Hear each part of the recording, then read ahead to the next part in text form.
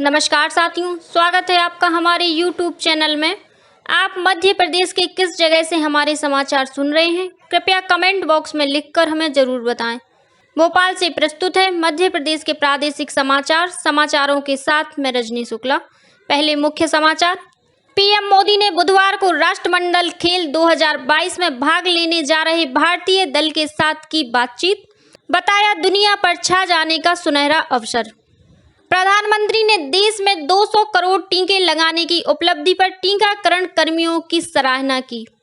CM Shivraj Singh Chauhan आज सुबह निःशुल्क बूस्टर डोज अभियान के राज्य स्तरीय कार्यक्रम का करेंगे शुभारंभ। प्रदेश के पुलिस अधिकारी एवं कर्मचारियों को मिलेगा फॉरेंसिक और पुलिस साइंस की पढ़ाई करने का सुनहरा मौका। और 23 जुलाई को भोपाल से होगा देश भर में हेल्थ प्रशिक्षण कार्यक्रम का शुभारंभ। अब समाचार विस्तार से। पीएम मोदी ने बुधवार को इंग्लैंड के शहर बर्मिंघम में होने वाले राष्ट्रमंडल खेल 2022 में भाग लेने जा रहे भारतीय दल के साथ वीडियो कॉन्फ्रेंसिंग के जरिए बातचीत की। इस दौरान खेलों में हिस्सा लेने वाले एथलीटों के साथ साथ उनके कोच भी शामिल हुए। इस दौरान पीएम मोदी ने राष्ट्रमंडल खेल को भारतीय खिलाड़ियों के लिए दुनिया पर छा जाने का सुनहरा अवसर बताया। पीएम मोदी ने कहा, आप लोगों में से कुछ लोगों को जरूर यह पता होगा कि आज इंटरनेशनल चेस डे है। यह भी बहुत दिलचस्प है कि 28 जुलाई को जिस दिन बर्मिंघम में कॉमनवेल्थ गेम्स शुरू होंगे, उसी दिन तमिलनाडु के महाबलीपुरम में चेस ओलंपियाड की शुरुआत होगी। यानी आने वाले 10-15 दिन भारत के खिलाड़ियों के पास अपना दमखम दिखाने का, दुनिया पर छा जाने का एक बहुत बड़ा सुनहरा अवसर है। आगे जोड़ते हुए पीएम मोदी ने कहा, मैं बस यही कहूंगा कि जी भर के खेलिएगा, जमकर खेलिएगा, पूरी ताकत से खेलिएगा और बिना किसी टेंशन के खेलिएगा। आज का यह समय भारतीय खेलों के इतिहास का एक तरह से सबसे महत्वपूर्ण कालखंड है।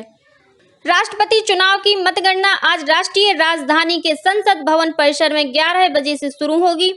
देश के नए राष्ट्रपति के चुनाव के लिए संसद भवन, राज्य विधानसभाओं और अन्य निर्धारित मतदान केंद्रों पर 18 जुलाई को मतदान हुआ था। गौरतलब है कि राष्ट्रपति रामनाथ कोविंद का कार्यकाल 24 जुलाई को समाप्त हो रहा है। प्रधानमंत्री नरेंद्र मोदी ने देश में 200 करोड़ टीके लगाए जाने का लक्ष्य हासिल करने के लिए टीके लगाने वालों की सराहना की है। प्रधानमंत्री ने उन्हें व्यक्तिगत रूप से प्रशंसा पत्र भेजकर बधाई दी है। श्री मोदी ने कहा है कि टीकाकरण करने वालों, स्वास्थ्य कर्मियों, स्वास्थ्य सहायता कर्मचारियों और अग्रिम पंक्ति के कर्मचारियों ने लोगों को स्वास्थ्य सुरक्षा प्रदान करने में महत्वपूर्ण भूमिका निभाई है। उन्होंने कहा कि कोविड टीकाकरण अभियान पिछले साल 16 जनवरी को शुरू हुआ था। इस महीने की 17 तारीख को देश ने 200 करोड़ टीके लगाने का महत्वपूर्ण लक्ष्य हासिल किया है। इस बीच केंद्रीय स्वास्थ्य सचिव राजेश भूषण ने राज्यों में कोविड की स्थिति की समीक्षा के लिए कल एक उच्च स्तरीय बैठक ली। राज्यों से आग्रह किया है कि यह पहली, दूसरी और एहतियाती खुराक के लिए चल रहे मुफ्त कोविड टीकाकरण में तेजी लाएं। मुख्यमंत्री शिवराज सिंह चौहान आज 21 जुलाई को सुबह 9:50 बजे भोपाल के महिला पुलिस अस्पताल जहांगीराबाद में कोविड वैक्सीन अमृत महोत्सव में निःशुल्क बूस्टर डोज अभियान के राज्य स्तरीय कार्यक्रम का शुभारंभ करेंगे। यह अभियान 30 सितंबर तक जारी रहेगा। केंद्रीय ग्रामीण विकास मंत्रालय और मत्स्य पशुपालन एवं डेयरी मंत्रालय द्वारा 23 जुलाई को संयुक्त रूप से भोपाल से देश में हेल्थ प्रशिक्षण कार्यक्रम का शुभारंभ किया जा रहा है। कार्यक्रम में राज्य ग्रामीण आजीविका मिशन में पंजीकृत स्व सहायता समूहों की ऐसी महिला सदस्य जो पशु सखी के रूप में विभिन्न पशुपालन गतिविधियों में सहयोग दे रही हैं, उनको हेल्प के रूप में प्रशिक्षित किया जाएगा। हेल्प समुदाय आधारित महिला कार्यकर्ता हैं जो पशु चिकित्सकों को स्थानीय विभागीय कार्यों में सहयोग देने के साथ पशुपालकों को उद्यमिता विकास के लिए ऋण लेने, आवेदन भरने, पशुओं के कान की टैगिंग को चिन्हित कर इनाफ पोर्टल पर दर्ज कराने और पशुधन बीमा आदि कार्यों में सहायता करेंगी। विभिन्न योजनाओं के क्रियान्वयन में सहयोग और निचले स्तर तक जानकारी उपलब्ध कराने में हेल्प की सहायता ली जा सकेगी। इससे हेल्प को आय का साधन भी उपलब्ध हो सकेगा। प्रदेश के पुलिस अधिकारी एवं कर्मचारियों के लिए फॉरेंसिक और पुलिस साइंस की पढ़ाई करने का सुनहरा मौका उज्जैन के विक्रम विश्वविद्यालय द्वारा दिया जा रहा है। विक्रम विश्वविद्यालय में बीए पुलिस साइंस और बीएससी एवं एमएससी फॉरेंसिक साइंस पाठ्यक्रम के लिए प्रवेश जारी है। फॉरेंसिक साइंस पाठ्यक्रम में अपराधों का शीर्ष विश्लेषण जैसे मनोविज्ञान, निदान, कानून, न्याय, अपराध विज्ञान, गुणवत्ता विश्लेषण एवं नियंत्रण, डेटा विश्लेषण, जैव सूचना विज्ञान, प्रशिक्षण, प्रयोगशाला प्रलेखन से संबंधित क्षेत्रों में प्रशिक्षण, अपराध के दृश्यों का विश्लेषण और उन्नत निदान तकनीकी शामिल है।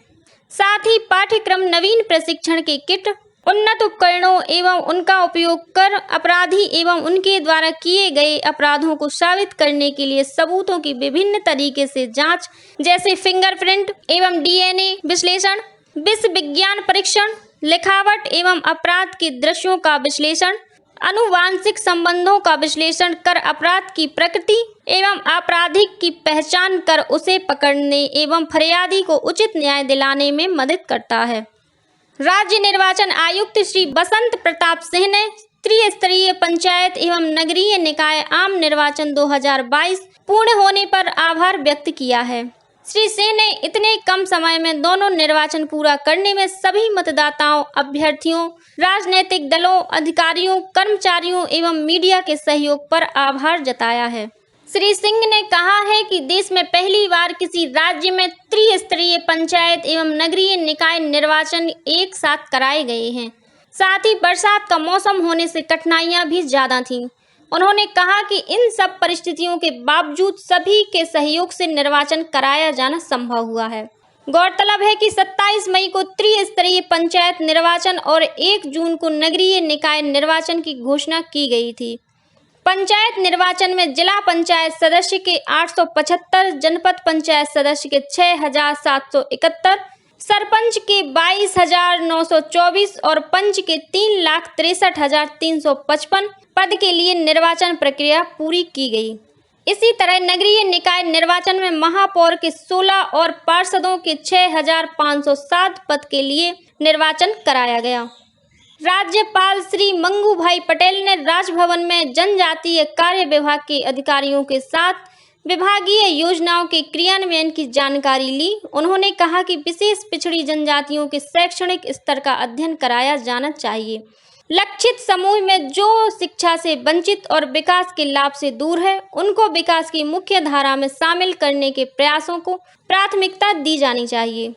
राज्यपाल श्री पटेल ने कहा कि जनजातीय क्षेत्रों में मूलभूत सुविधाओं का विकास मैप बनाया जाए। इसमें प्रदेश के 89 विकास खंड में उपलब्ध मूलभूत सुविधाओं का विवरण संधारित किया जाए।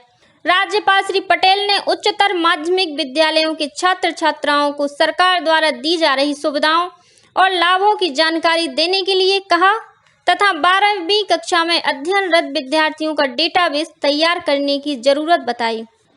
लोक स्वास्थ्य एवं परिवार कल्याण मंत्री डॉक्टर प्रभु राम चौधरी ने कहा है कि मलेरिया, डेंगू, चिकनगुनिया आदि की रोकथाम के लिए अपनाए जाने वाले एहतियाती उपायों को अमल में लाने के लिए पहल करें।